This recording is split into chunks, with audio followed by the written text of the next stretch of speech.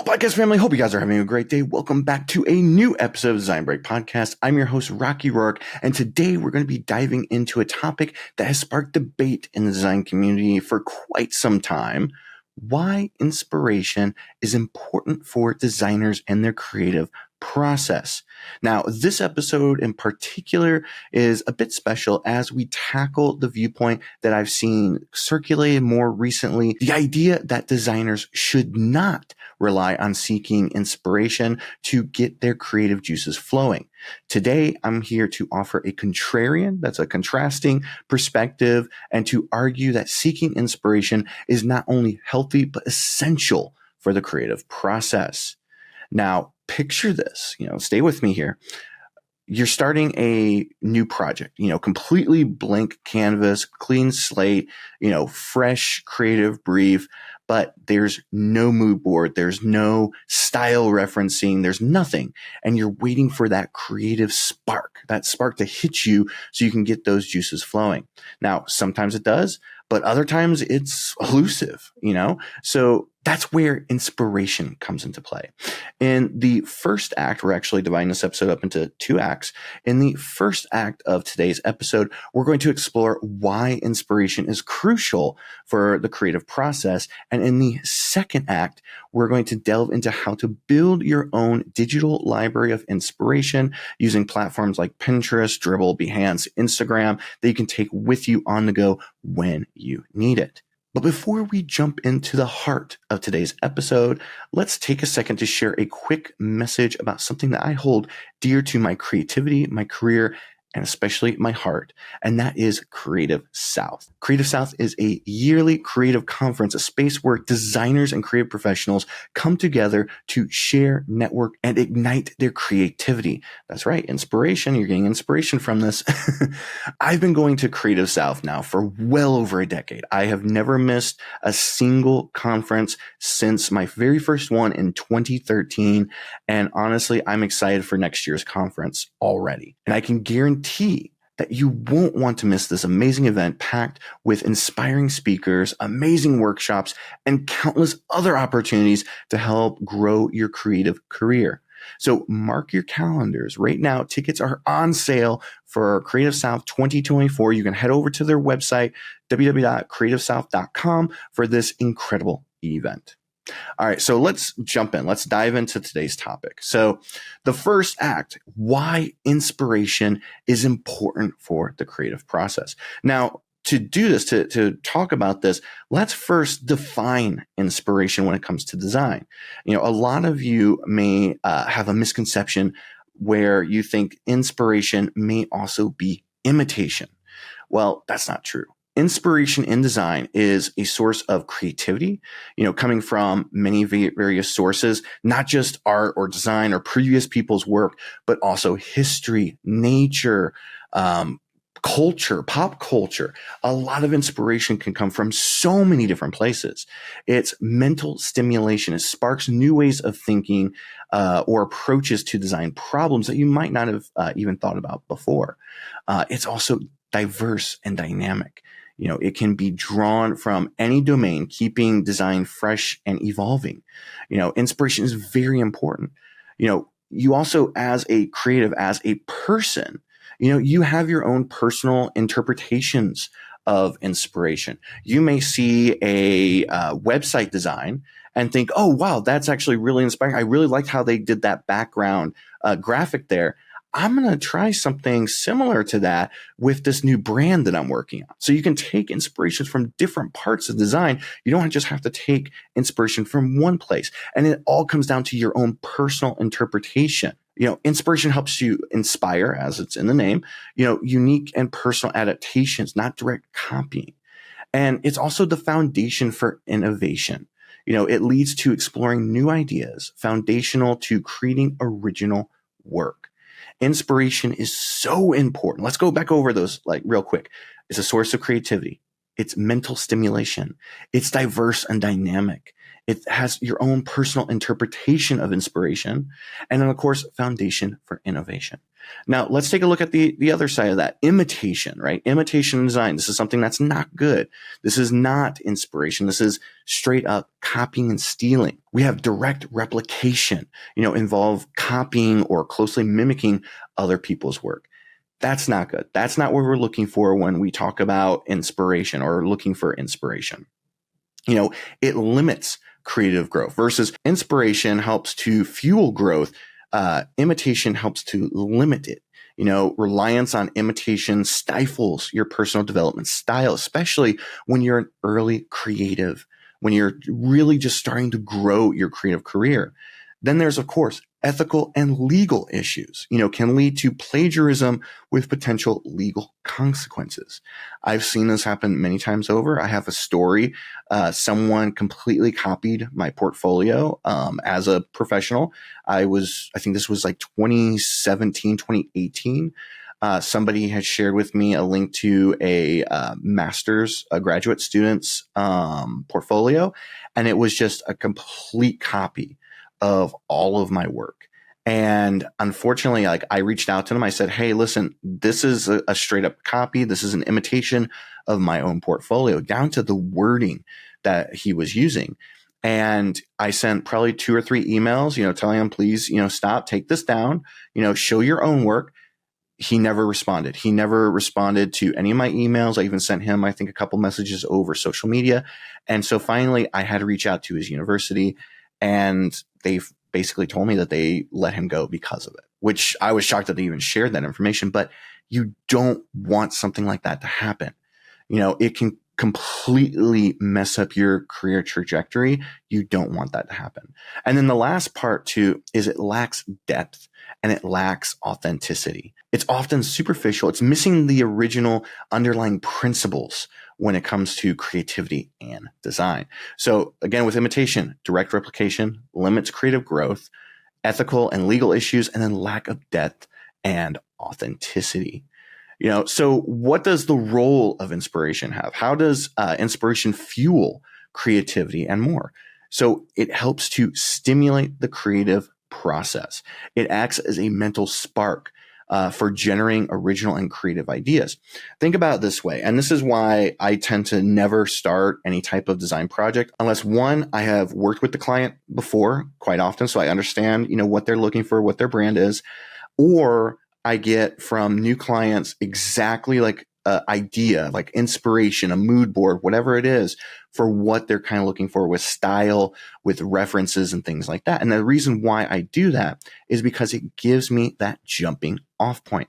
It allows me to have that spark that starts the creative juices flowing. Now, from what I start, from that original bit of inspiration to the final product, it's never one for one. It's always a huge departure, but it gives me at least a starting off point to where I can then go and explore further, push the boundaries, try different things. And so generally, if you were to look at some of the original inspiration I had for some of my work, you would see, oh, I can see, the reference there, but it's completely different.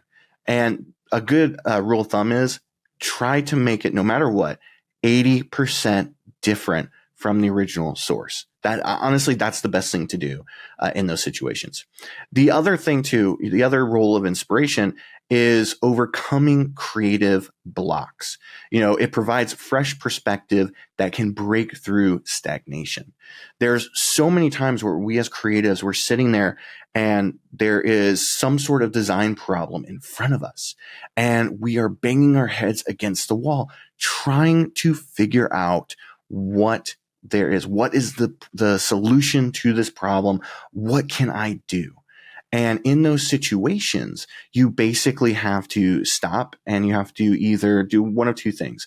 Actually, one of a few things. You have to step away. That's one of the best things to do, is step away. If I'm working through a problem and I can't find the solution, or the solution is evading me, what I do is I either get up and I go to another part of the house, or I'll go out and run some errands or something like that.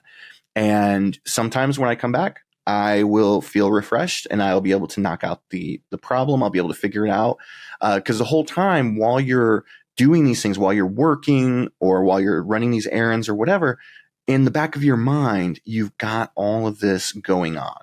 And so your brain is still working through these problems. Now, inspiration helps in a huge way because it can kind of shorten that time span between, running into that creative block and finding that solution. Sometimes what I will do is I'll sit there on Pinterest and I will just be scrolling through a bunch of inspiration. Sometimes like the problem could be with web design and I'm looking at branding or I'm looking at traditional graphic design pieces. And sometimes the solution just pops out in front of me. I'm like, oh, wow, I like what they did there. Let me just try that. Ooh, let me try this here. I'll start mixing things up. I'll start expanding, evolving certain aspects. And next thing you know, I've solved the problem. So overcoming creative blocks is one of the biggest roles of inspiration. The other thing too is that it allows you as a creative to align with evolving trends when it comes to the design community. Now, we don't always want to fall victim to just following trends, but especially in certain aspects, for instance, user experience or, app design, web design, things like that. Sometimes there are trends that you want to follow or you want to at least keep up with. Not necessarily something that you want to put into a brand, right? You don't want to use a trend that you put into a brand and then 2 years later, they have to completely redo their branding because that trend is no more. It instantly dates their brand. But it allows designers to update, their styles with contemporary designs and emerging concepts. So definitely something that's very important. We just talked about the role of inspiration. Let's talk about the psychological impacts of inspiration. Understanding how inspiration affects a designer's mindset and approach to problem solving is very important. So first off, it enhances open-mindedness. Exposure to diverse inspiration broadens perspective and receptiveness to unconventional ideas. The craziest thing is that I see a lot of people who are searching for inspiration for their designs. A lot of them stick to previous designers' work or previous work that they've seen other people do on Dribbble, on Behance, and everything. Honestly, there's nothing wrong with that. You can definitely just look at previous work for inspiration. But what I like to do is I like to look at other things. I like to look at nature. I like to look at art history or just history in general, because you never know what you're going to find in, searching for that. You'll find lots of different things. So, inspiration helps to enhance this open-mindedness, this ability to take in more and more inspiration. You never know where it's going to come from. The other thing too is it helps to boost confidence. Encourages designers to trust their instincts and abilities in creative problem solving. Inspiration is all around you. Like I just said, inspiration is everywhere. And so the more that you take from inspiration, the more you're going to be able to build up your confidence, So it's very important. The other thing too is that it fosters a growth mindset. Inspiration instills a belief of continual learning and adapting, crucial for evolving your design skills. The one thing that a lot of people tend to not really think about is the fact that we should always be learning. We should always be growing. And that is very important for creatives, for designers, because if we become stagnant, if we don't learn, if we don't push ourselves to expand our horizons, expand our inspiration libraries, expand our knowledge sets, especially when it comes to design skills, then we're just going to fall behind in the times. So inspiration really helps with that. It also reduces mental blocks. Just like we talked about with creative block, mental blocks, seeing different approaches and ideas can help breaking free from creative ruts or mental barriers. Probably one of the biggest ones that we didn't really talk about is just the mental barrier of imposter syndrome. I have been there many times in my career. And honestly, if you're a designer who's never had experience with imposter syndrome, you're kidding yourself, because there is no one who is that self-confident, especially a creative. Creatives are probably way more emotional. They are way more in depth than normal people. And so you are going to have those moments where you're like, oh my God, I am not as good as they think I am. And one of the best ways of overcoming that is to look for inspiration. Now, again, we're not talking about visual inspiration. What we're doing is we're talking about inspiration from other people. That could be from books. That could be from YouTube videos, podcasts. Right now I'm doing a podcast. Hopefully this helps inspire you. But there's so many different places that you can pull inspiration from. And it's one of the best ways to break out of your shell or break out of those moments of feeling like an imposter. Because we all feel it. We've all been there. Sometimes even when you're a senior designer or an art director, you suffer from imposter syndrome and those types of blocks. And so finding inspiration to break out of that is very, very crucial for your creativity and your mental health. And the last thing here is inspiration encourages experimentation and exploration. Inspiration often leads to exploring new techniques and approaches, driving innovation in design work. And one of the best examples of this is when it comes to learning new skills. What I always suggest to people, one of the easiest ways to learn new skills when it comes to design or any type of creative field is to look at inspiration. Finding, let's say you find a illustrator that you really love. A great example would be Nick Slater. Nick Slater is an amazing illustrator. He's an amazing person too. And what you can easily do is if, let's say you have a dream of, I want to be the next Nick Slater, or I want to be as good as Nick Slater, or something like that. That was me. Trust me. And what you can do is you can take some of his work and you can say, okay, how did he go about creating this? And you can kind of deconstruct it and reconstruct it. So you can go through and recreate what he did. Now, number one thing here is we're not talking about imitation. We're not talking about stealing his work. We're not talking about recreating it and then posting it onto Dribbble or posting it onto Instagram, Twitter, whatever. Instead, what we're talking about is just retraining and learning new skills based on what you created, what you recreated of his. And so inspiration from people like Nick Slater or Aaron Draplin or so many others is a great way of encouraging this experimentation, exploration, and more importantly, growth. Now, let's talk about the next part of this episode, which is how to build your own digital library of inspiration. Actually, let's remove the digital part because you do not have to rely solely on digital work. There are a lot of things that you can have both in person and digitally. The original reason why I had this set for digital was because digital, you can take it anywhere with you. You could be on a plane, you could be in a coffee shop, and you can pull it up on your phone, on your computer, iPad, whatever. But you can also build your own visual library of inspiration or any type of library of inspiration in person, analog. If you look behind me, you can kind of see, for those of you who are watching the YouTube video, I've got a lot of art and illustrations on my wall, a lot of posters and prints. I also have a bunch of books throughout my studio that have tons and tons of inspiration, from Aaron Draplin's book to some coffee table books to even some old Disney books I have in here. Really, really cool. And so it's very important that you understand that you don't just have to create a digital, but you can also create an analog library of inspiration. Okay, so let's start off with the first part of this. So choosing the right platforms for a digital library. One of my favorite platforms for inspiration is Pinterest. It is absolutely one of my favorites. I have so many Pinterest boards. I've been using Pinterest for probably well over a decade. I'm pretty sure 2011, maybe 2012, if I'm not mistaken. But the best part is that you can create these sectioned off libraries. You can create boards organizing inspiration by theme, type, color schemes, design elements. There's so many different ways that you can do it. I have a branding one that I then have sections for marks, word marks, brand elements, patterns, shapes, colors. There's a lot of different things that I break mine up into. The other thing is that you can have pin diversity, mixing different sources from different designers, different studios, agencies, different topics.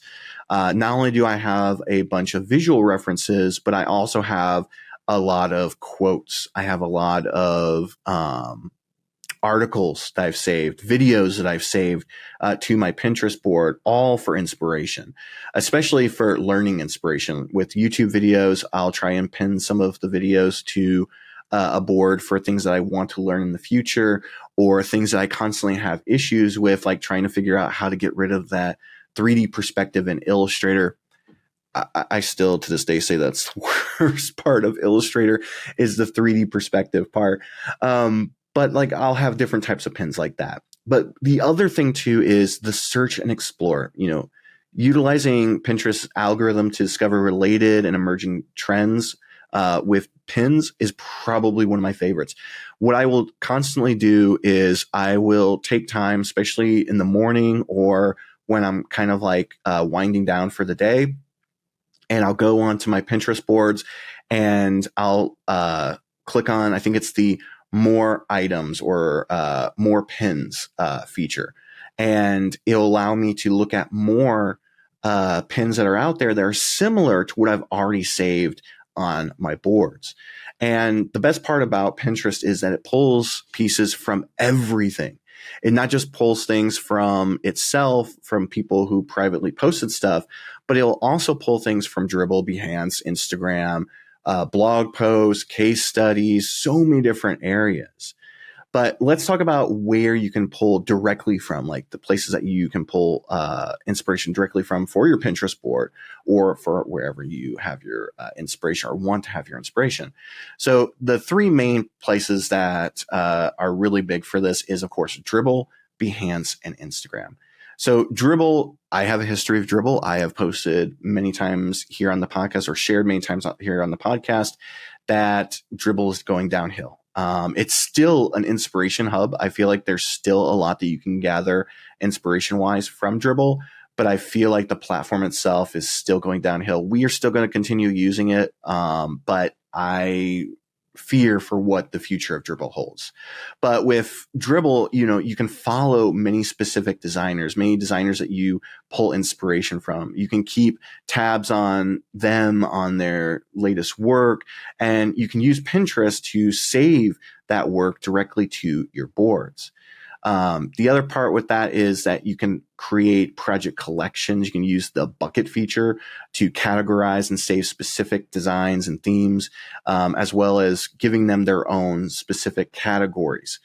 You can also engage with community as well. You can comment and interact to gain insights and different perspectives from individual designers. So you can actually reach out to them. You can actually, comment and ask them questions and things. So that's a very important feature. The next one is Behance, right? Behance is something that I've used for many years, but I haven't really updated it probably in a good 5+ years. And it's something I probably should update soon.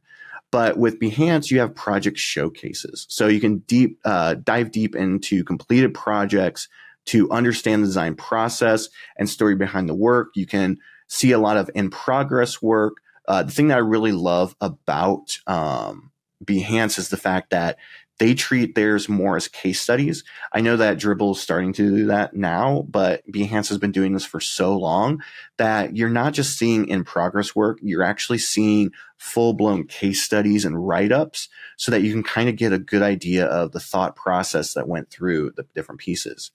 But with Behance, you can create curated galleries and follow galleries that are curated directly by Behance or other users for a regular feed of high quality inspiration.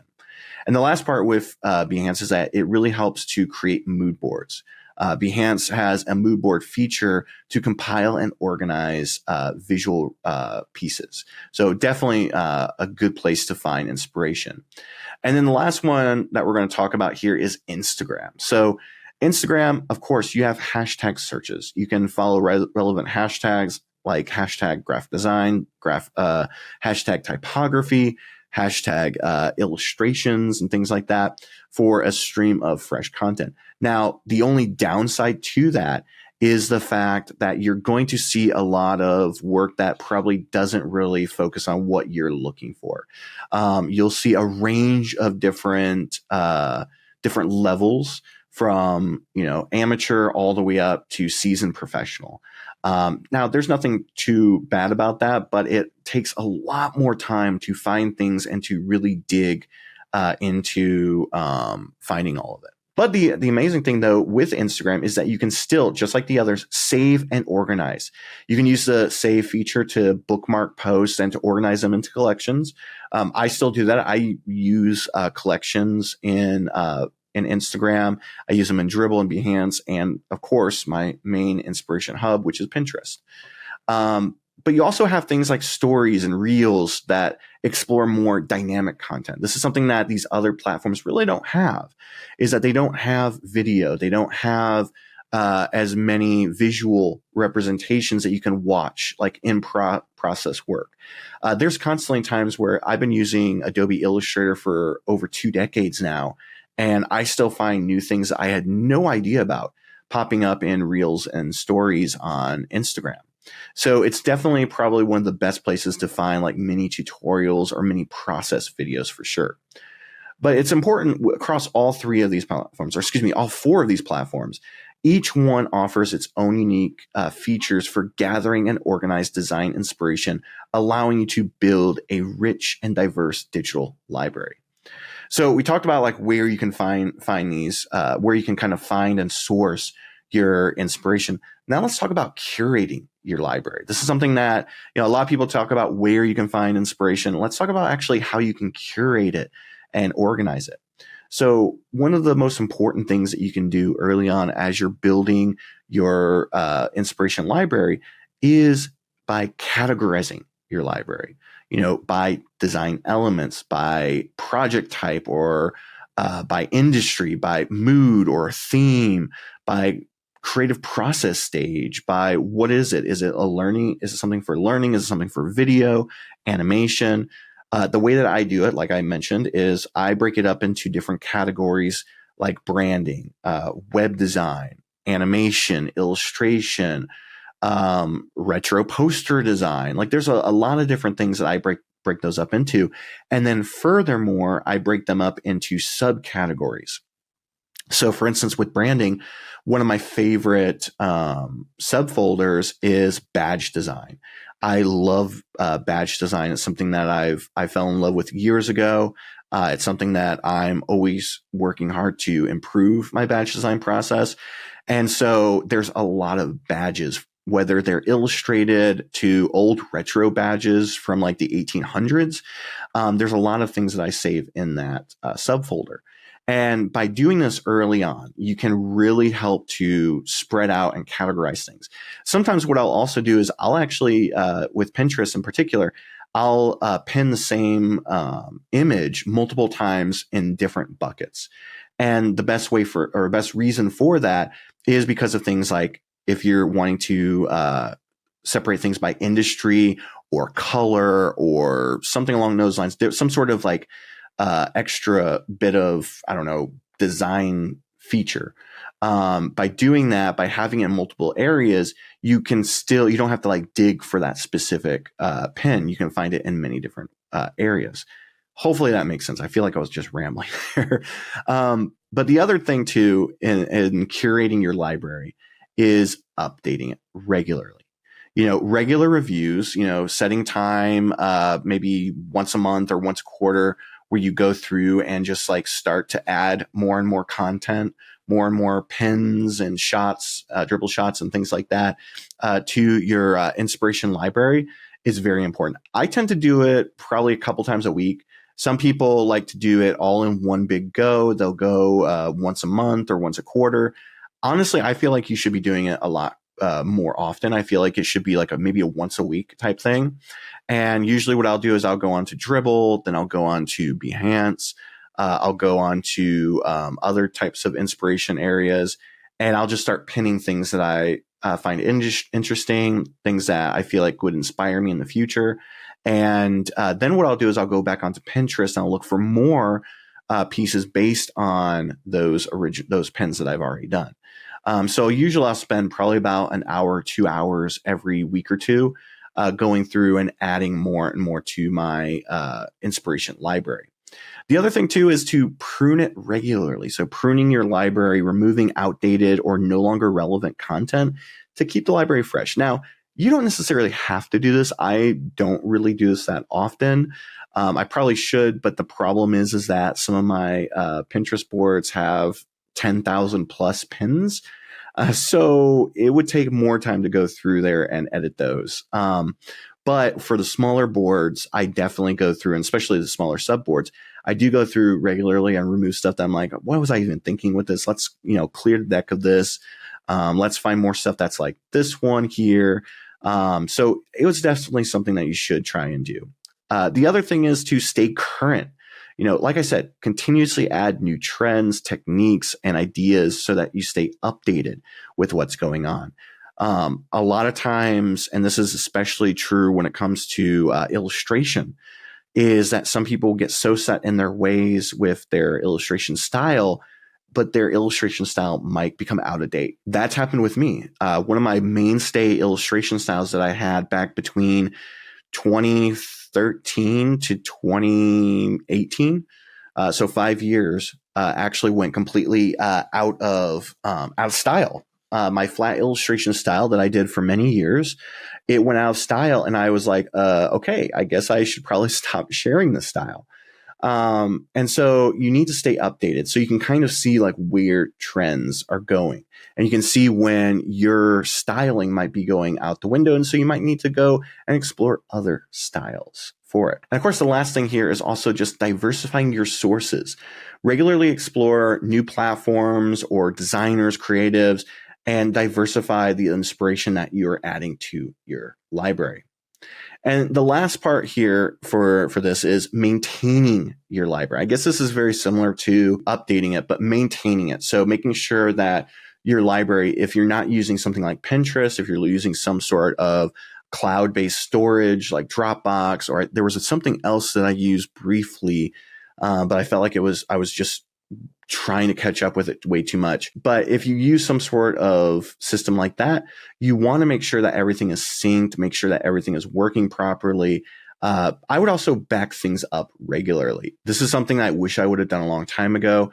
I wish I would have had a Dropbox folder where I could just save all of my pins over time. I'm not sure if there's a way to do that right now where I can go and download all of my pins. If there is, I would love that. Send me a DM if you guys know if there is such a thing. But I think it's very important to regularly try and back up your inspiration. So that way you avoid losing, this very valuable resource.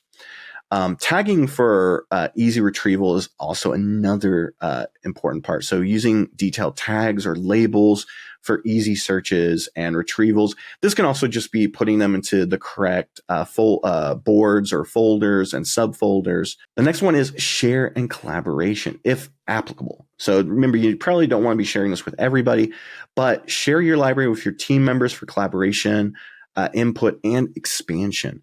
I also, whenever I'm talking to another creative and we're talking about finding inspiration, or even with my own team, when they need inspiration for some sort of project, I instantly share with them my Pinterest board, because it has so much inspiration that it's easy to find something within there. But the important thing to remember here is a well-organized and regularly updated and meticulously maintained digital library becomes a powerful tool in a designer's arsenal and providing an endless source of inspiration and reference. And there we have it, folks. Today on the Design Break podcast, we challenged the notion that designers shouldn't seek inspiration. We've explored the critical role that inspiration plays in the creative process and walked through practical steps to build and maintain a digital library of inspiration. Now, remember, in a field as dynamic as design is, continually feeding your creativity with diverse and inspiring inputs is not just helpful, but it's essential. And not just visual. Don't just focus on the visual inspiration, focus on the mental inspiration as well. If you've enjoyed this episode, please consider sharing it with other designers in your network. Your feedback and engagement are incredibly valuable to me. and the rest of the team. So feel free to reach out with your thoughts, experiences, and suggestions for future episodes. You can send me a DM on Twitter at Rocky Rourke or at The Design Break on Twitter. Thank you for joining me on this journey to explore the depths of design inspiration. I'm your host, Rocky Rourke, reminding you that inspiration is everywhere. You just need to know where to look for it. So stay tuned for more insightful discussions here on the Design Break podcast. Next week's episode, we are going to be talking about bogus leads, which is now becoming an epidemic when it comes to the freelancing world. But until next time, please always remember to stay passionate, stay positive, and stay creative. That's it for me in this episode. Hope you guys have a great day. Bye.